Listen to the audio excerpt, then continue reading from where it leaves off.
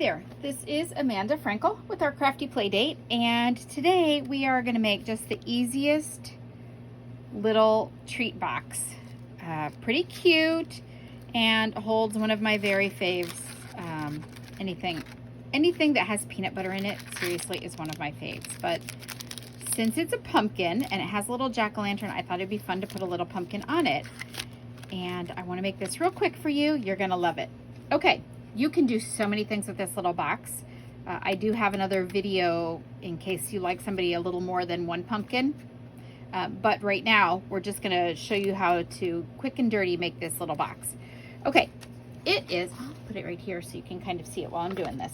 It is in the new Holiday Mini catalog. If you don't have one of these and you want to comment below or send me an email, I would be glad to send you one of these catalogs, but it is in this little treat bundle. We are only using the dies from this today, but I'm using the spider. Look at the spider, is adorable, and he has a little die that goes with him. But we're just using the dies today, but how cute. For every occasion, you could really use all these different things. Look at this little ring. Isn't that adorable? Okay, so let's get started because this is very fast. We are going to be using our new cutting machine, and it looks a little something like this. It tells us what plates we need to use. We are using a thin die, right, for the treats. So we need to follow the directions here. 1, 2, so that's 1, 2, see the numbers up in the corner there. 3, so this is the bottom plate. I'm going to put that on there. I'm going to put a piece of black paper, and then I'm going to put this on here. Now I just cut the paper directly in half to make this super easy. But you can see that you would have a little space here if you wanted to trim it down before you put it in. You will need it to be this long for an extended box, which I will show you in another video. I just want to get this one going for you. I'm going to put that on there and run it through. You can hear some popping. That is okay, and it is normal. Okay, don't let the popping and cracking and stuff freak you out. It's not like old lady knees. It's actually supposed to happen. Okay, and look at this. This is how easy this cuts through there. You can see the detail. It's got a stitch line, and it also has the scallop edge, and all the little parts came out. If it were a punch, I would call it punch poop, right? But it's a die, and you just wipe that off your plate, and you're ready to go with your next one. We are actually going to do one more thing with this. So while I'm here, why don't I go ahead and do that? We are going to cut from the same die. Let me see if I put it back in here. This is the set right here. Oh yeah, it's right here. We're going to cut this little tag out too.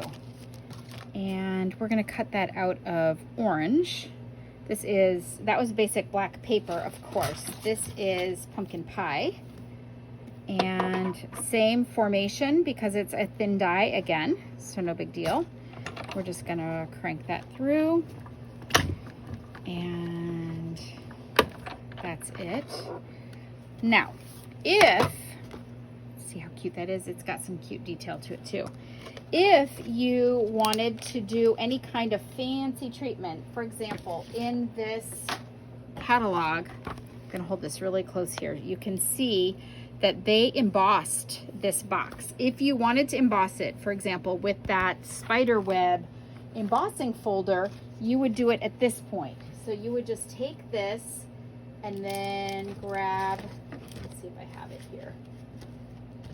No, I don't have it laying nearby, but you would just grab this spiderweb embossing folder and stick this in the embossing folder and follow the directions on here to know which sandwich you need and run it through, and then this would be embossed before you started to fold it up. But we're not doing that today, so we're going to get that stuff out of the way, and I'm going to move this. Okay, so to make this so easy, you can see it's already scored, so we're just gonna fold these score lines. You don't need adhesive with this little box. So cute. And your kids could make these as your Halloween giveaways. So you see the little tab, and it's got a slot on each side. So tab, slot, tab, slot. You can see how easily that just went together. You could glue the sides up right now, but you don't need to. I didn't here. You don't need to, it's not necessary. I'm gonna go ahead and do the pumpkin now. The pumpkin is actually from this Harvest Hellos that was carried over from last year, and I love it. You could do a cute teacher treat for this, but I'm just gonna use the face, the Hello There pumpkin, and the pumpkin here. So I'm gonna do it on this color called Pumpkin Pie, because pretty much had to because of its name. And this ink is Cajun Craze. I just wanted it to be a little bit darker. So I'm gonna stamp that on there.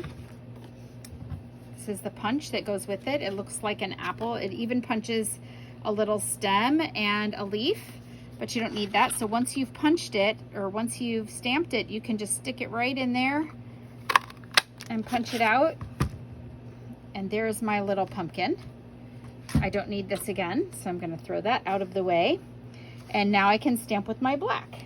I am using, done with this one, so I'll get it out of the way before I put my hand in it. I am using Memento ink, and I am going to use it twice. So I just put them on the same block. You can do this, there's no stamp police on that. It's completely up to you. It's just easier for me sometimes. 2, 3, and I want this to hang like this, so I'm gonna stamp it right on there. Hello there, pumpkin. Oh, a little crooked. It's okay that it's crooked, doesn't matter. That's what happens when you do one on top of the other one. But it's not gonna bother me too much, maybe a little, not a lot. If it would bother you, just cut out another one and don't layer them up like that. This guy goes on a couple of dimensionals. I'm gonna use 3 because I want him to stick off well. So 3 dimensionals in this configuration. Don't go all the way to the edge because it does hang off just a tiny bit. And this is the only adhesive type thing that I'm using on this whole project. I'm gonna put it pretty low because I want the pumpkin thing to stick out. I'm going to stick my candy in there now. Yum. I'm sure that I will be fishing that out at midnight because Halloween is way too far away for me to buy Halloween candy. I don't know how you guys are, but if we get Halloween candy early, thinking, oh, we'll beat the rush, we'll get Halloween candy, we just eat it. All right, so right now, I should have gone the other way. All right, so come in from the back, if possible.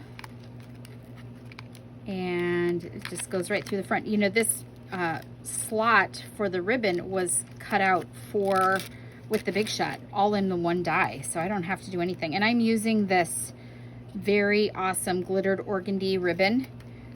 So cute and fun. Oh, and it came loose. Okay, sorry about that. I was probably off camera there. All right, and now I'm going to stick this on there. And this also cut the little slot for the ribbon. So really, this could not be easier. I'm gonna just do a once over. And what I mean by that is not a full knot, just a one-time thing. All right, and I'm gonna cut this at an angle right there. And there you go. That is how easy this was. If you would like, as I said, one of those catalogs, by all means, just let me know and I will send one to you. If you don't have a Stampin' Up! Demonstrator, I would love to be yours. If you do, please support them right now. They would really appreciate it. But this, I can't wait to, you're gonna see this a lot from me. The next thing you're gonna see is a bigger one, a bigger box. So stay tuned. Thank you so much for coming by. Be sure to check out my website, and everything, all the links for what I've used here today will be in the description below. You can just click on them and it'll take you right to the store. Thanks so much. Bye-bye.